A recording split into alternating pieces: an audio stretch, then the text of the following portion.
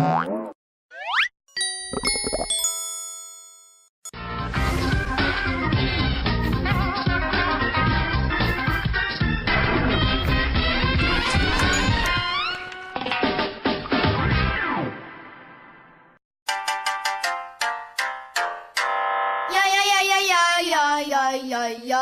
甭管干什么工作，都要有职业道德，哪怕是杀手之类见不得人的职业。雷是个新入行没多久的杀手，在完成了一单任务之后，他接到了老板的新指令，上面安排他和前辈肯一起去比利时。到了地方之后，雷才发现老板让他们来不是为了杀人，而是让他们来旅游的。一听说要在这里待上2个星期，雷当时就不淡定了。不过这是老大的命令，他也只能陪着肯一起游山玩水。四处逛旅游景点并不能让雷放松下来，他一直都焦躁不安，眉毛长时间保持着8点20的状态。偶尔有其他地方来的游客问雷他身后的钟楼好不好玩，雷也是一脸蛋疼的表示，这破地方有什么好玩的？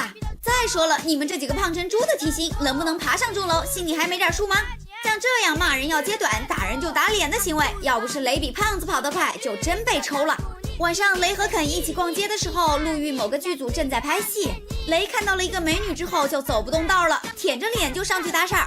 剧组里有一个侏儒，雷就以此为话题，成功的跟美女克洛伊搭上了话，甚至还骗到了她的联系方式。雷约了克洛伊一起共进晚餐，但是昨晚他和肯因为出去逛街而错过了老板的电话，老板因此很不高兴，所以晚上必须有人留在房间里。为了晚上和克洛伊的约会，雷希望肯留下来等电话，甚至同意了陪肯逛1天街的条件。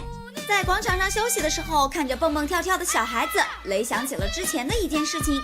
因为老板的命令，他刺杀了一个神父，不过因为子弹的威力太大，一个小孩站在神父身后也被误杀了。雷所在的杀手组织是讲江湖道义的，伤害儿童就是最大的忌讳，按照规矩，犯了这个错的人都得死。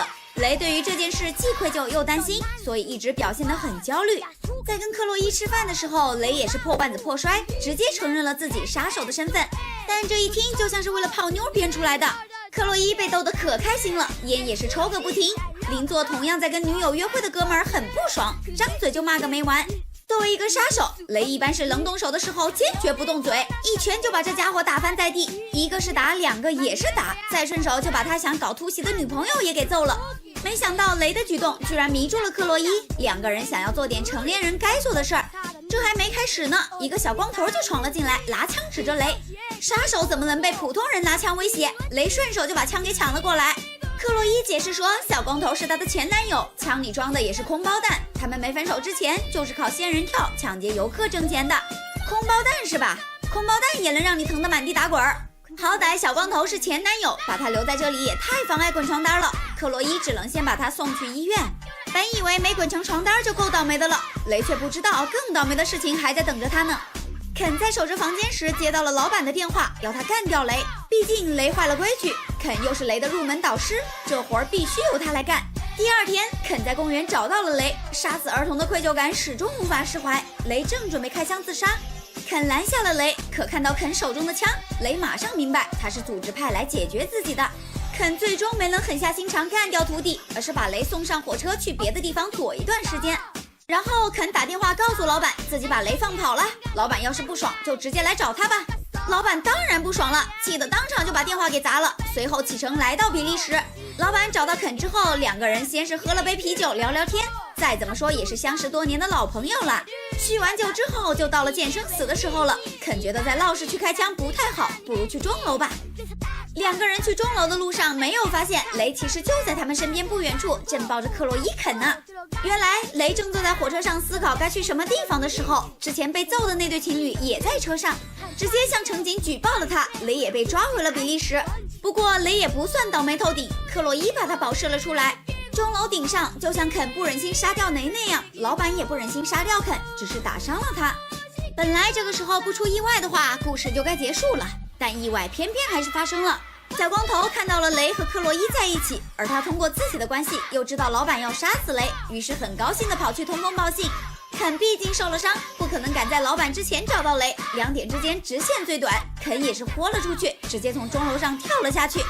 在临死前告诉了雷，老板来杀你了，赶紧跑吧。面对老板的追杀，雷只是跑，并没有还击。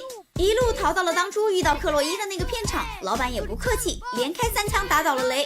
不知道这群杀手为什么都喜欢用大威力手枪，老板犯了雷一样的错误，子弹透过雷的身体后误杀了剧组的那个侏儒。更巧的是，侏儒为了拍戏，所以穿了一套小学生的校服，这让老板误以为自己也杀了个儿童。组织的规矩是杀了儿童的人必须死，老板不愧是老板，犯了错之后根本不犹豫，一枪就把自己给打死了。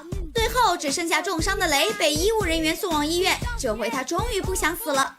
如果想知道本片的片名，只需要扫描屏幕上的2维码，或者微信搜索我们的公众号基辐射，关注并回复刀光剑影即可。好啦，今天的刀光剑影就到这里啦，还请各位观众在下周同一时间继续关注我们的节目，拜拜。